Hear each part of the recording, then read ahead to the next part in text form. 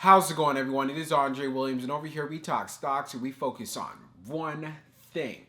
Always protect your profits. And today we're going to be talking about SOFI, which was down 8.26% on the day. We saw a strong sell-off inside of the market, but I know you guys are not surprised. You've been watching my videos and I told you what it could look like if this stock could pull back. And we also have CPI numbers that are coming out tomorrow. We'll talk about it further in the video. I won't waste any more time. Let's jump into the agenda. If you're new to this channel, I just want to let you know we have timestamps down below inside the description.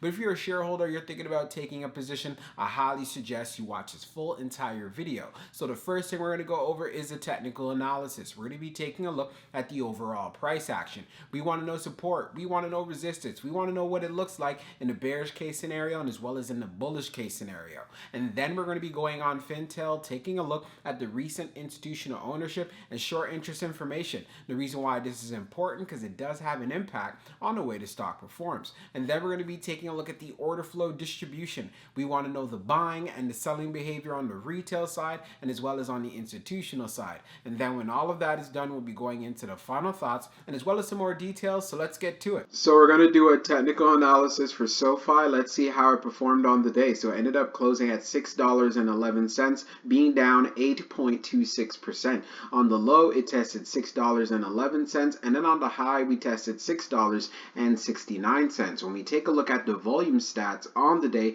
you can see we traded at 35.087 million shares, and the average volume over 10 trading days is at 35.776 million shares. So we had about the average in regards to volume, and you can see that we had a pullback in the stock. Now, when we take a look at our chart, which is a daily chart, you can see from the RSI down below, it's at 39.37. And then when we take a look at our moving averages here on the chart, we are below the 200-day, the 50-day, and as well as the 21-day EMA. So we had a strong sell-off inside of the market. SOFI ended up breaking through 650 and got down to $6.11. So if you guys remember, like I've said in my previous videos, we have a gap that needs to be filled to the downside right here around $5.78. And there's a strong likelihood within a week SOFI should be filling in this gap. So that's one thing you want to keep in mind. And then we want to see what it does from there. We want to see if it could actually hold on to support at $5. I think this would be very crucial because we do have the Fed meeting and so on. But outside of that,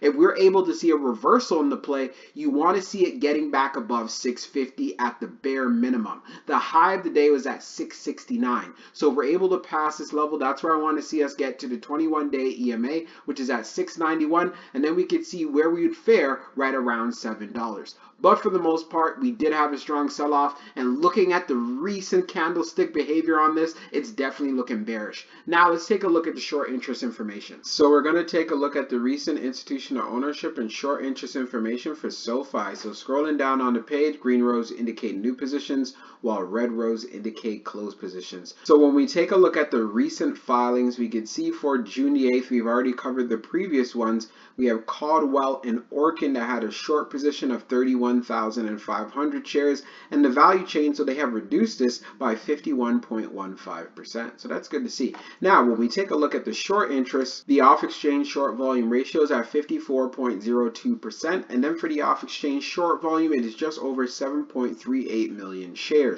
Scrolling down on the page, the short shares availability is at 9.9 million, updated 2 minutes ago, and then for the short borrow fee rate, it is at 2.40%.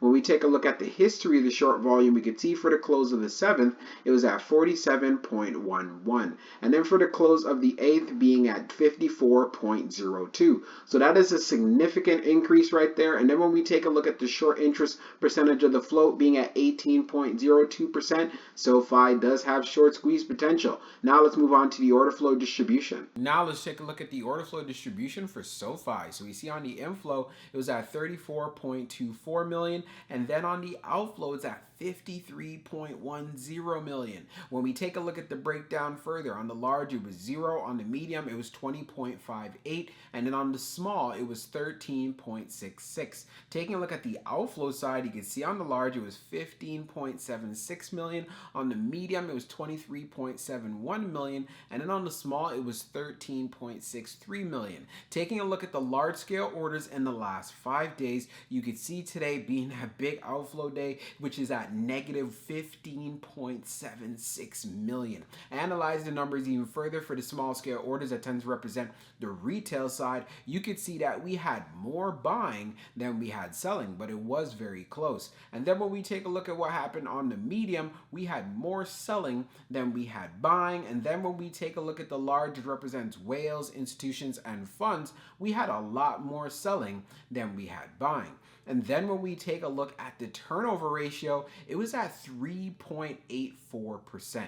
Of course, we know that SOFI is a volatile stock, so we're not surprised why it's up there. But we also have to understand there was a lot of selling that was happening in the market today, and of course, SOFI was impacted by this. So let's go into the final thoughts, and we'll go over some more details as well. So for my final thoughts for SOFI, when it comes to the price action, so the 21-day EMA is at $6.91, and we ended up seeing a high of $6.69. So you guys know already, if we start trading below that 21-day EMA, that is not a great sign whatsoever. Remember, we had a lot of strength above it. And this is why I was saying, if we have a tough day inside of the market and stocks decide to pull back, SOFI will be impacted, and don't be surprised if it wants to test $6. We ended up closing at $6.11. And we already know that there's a gap that needs to be filled to the downside at $5.78.